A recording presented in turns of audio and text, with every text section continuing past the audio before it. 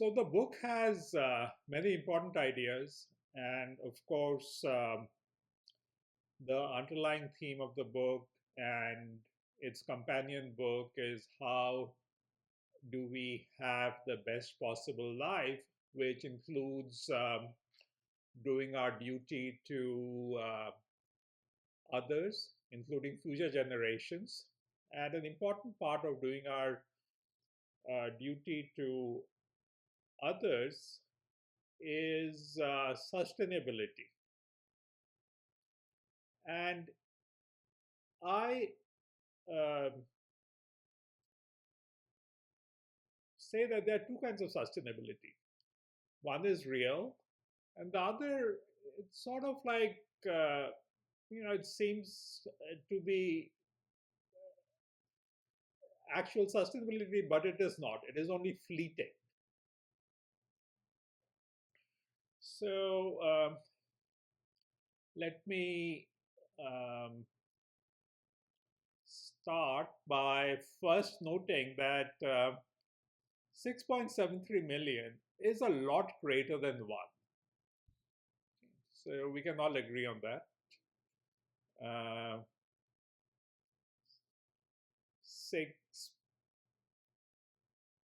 6.73, that is 6,730,000, is a lot greater than one.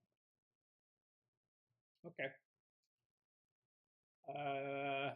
So at its core, sustainability is providing sufficient physical and cultural resources to future generations, which they would require for a good life. You can, not controversial. That's how we think of sustainability. And normally we think that we should not deplete Earth's resources at an unsustainable rate. So the concern is that we are depleting Earth's resources at an unsustainable rate. And commonly it is suggested that the course of action should be to reduce the rate of depletion and the rate at which we are changing our ecosystem by changing our production and consumption behaviors. As an economic policy that involves taxing goods with negative externalities, and the main target is carbon. The amount of carbon dioxide which is being released in the atmosphere. However, Earth has a certain carrying capacity, right? And there is no reason for us to just limit ourselves, put ourselves in this box, and think only of Earth. There's nothing sacrosanct about the Earth. Future generations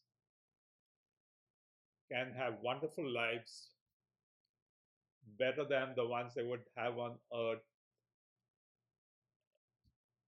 They can have wonderful lives in space.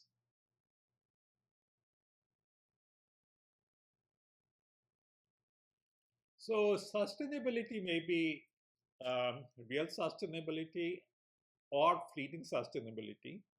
And if we provide only a tiny fraction of the resources that it is possible to provide future generations, which will last them only a few hundred years, whatever we do on Earth, will last a few hundred years or even a few thousand years, then we have what I call fleeting sustainability, which is an oxymoron because sustainable means something which continues and fleeting is something which is soon gone.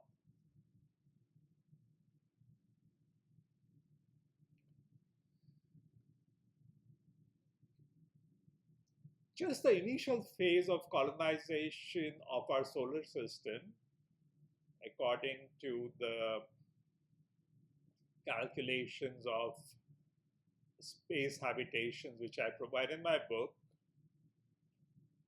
just the initial phase will provide home to 54,000 trillion humans.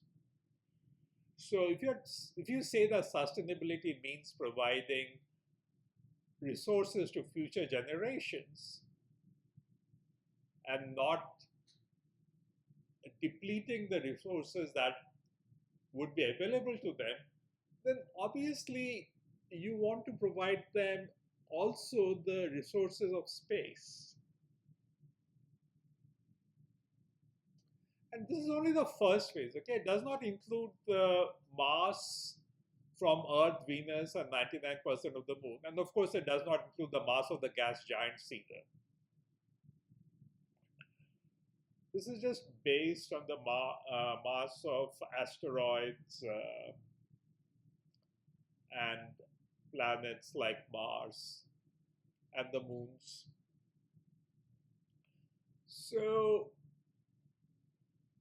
the initial sustainable solar carrying capacity multiplier is 6.73 million, the number that we encountered at the very beginning of this video.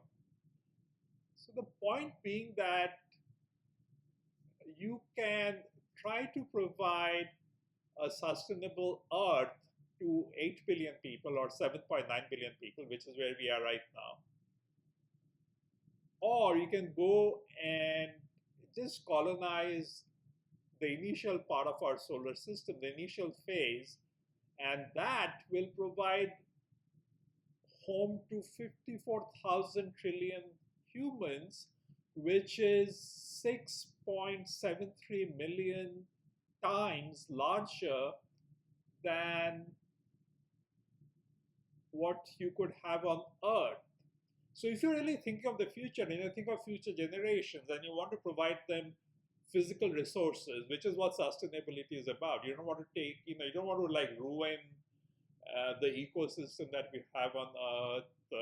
That's how usually people think of sustainability. You don't want to ruin the ecosystem so that future generations cannot have a good life. So if your concern really is what resources you leave for future generations, then you can either remain on Earth, like this tiny speck, or you can colonize the solar system. You can start the process. You don't have to do it all. It's a process which will take a few hundred years, or maybe even 1,000 years. But it'll take it should not take all that much time. Won't be done in our lifetimes, but we have to do our part of this grand project. And when we do that, for every one person on Earth, you can instead have 6.73 million people in our solar system having luxurious lives.